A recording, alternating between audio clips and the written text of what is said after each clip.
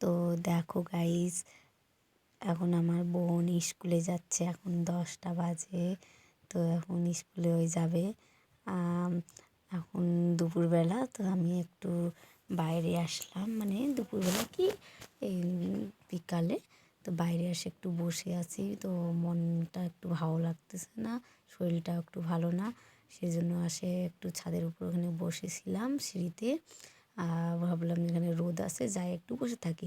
তো রোদ তো ছিল না, যাই হোক, তো একটু বসে আছি। তো কি করব, ভালো লাগছে না। তো এই ছাগলের বাচ্চা একটু নিয়েছিলাম, তো একটু ভালো লাগতেছিল, তাই এই যে আমার মেয়ে, মানে ওর মাসি নিয়ে আসে উপরে। তারপর আমরা বিকালবেলা একটু ঘুরতে বেড়ালাম, মানে স্কুলে আমাদের তো গেট খোলা ছিল। তো জেঠিমুনি, তারপর আমি, এদিকে দুটো ছেলে যাচ্ছে, তো ভিডিও করা দেখে ওই ছেলেটা মানে পোস্ট দিয়ে গেল। তো আমরা এখন ভিতরে ঢুকে যাচ্ছি, মানে আমার বেটির জেঠিমুনি তার ছেলে।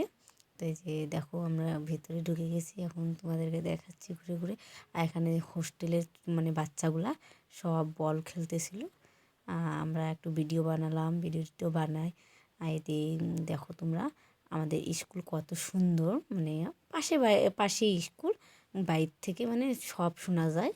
তো আমার বোন এখানে একটা গাছে ফুল ফুটছে, তো ওই ফুলগুলো দেখালো, ভালোই লাগলো, যাই হোক।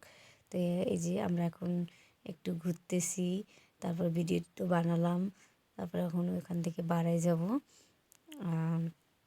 স্কুল থেকে আমরা। তো দেখো তোমরা, এই যে সামনের গেটটা, মানে গেটটা যাই হোক বন্ধ হয়ে গেছে, কিন্তু যেটা হোস্টেলের গেট সেটা আমাদের একটু সবসময় বিকালের দিকে খোলা থাকে। তো ওই দিক দিয়ে ঢুকলাম, আর রাস্তাতে আস্তে আস্তে মানে বাড়ির পাশেই। তো মানে বেটির দিদুন সাথে একটু কথা বললাম, কথাবার্তা বলে তারপর এখন বাড়ির দিকে রওনা দিলাম।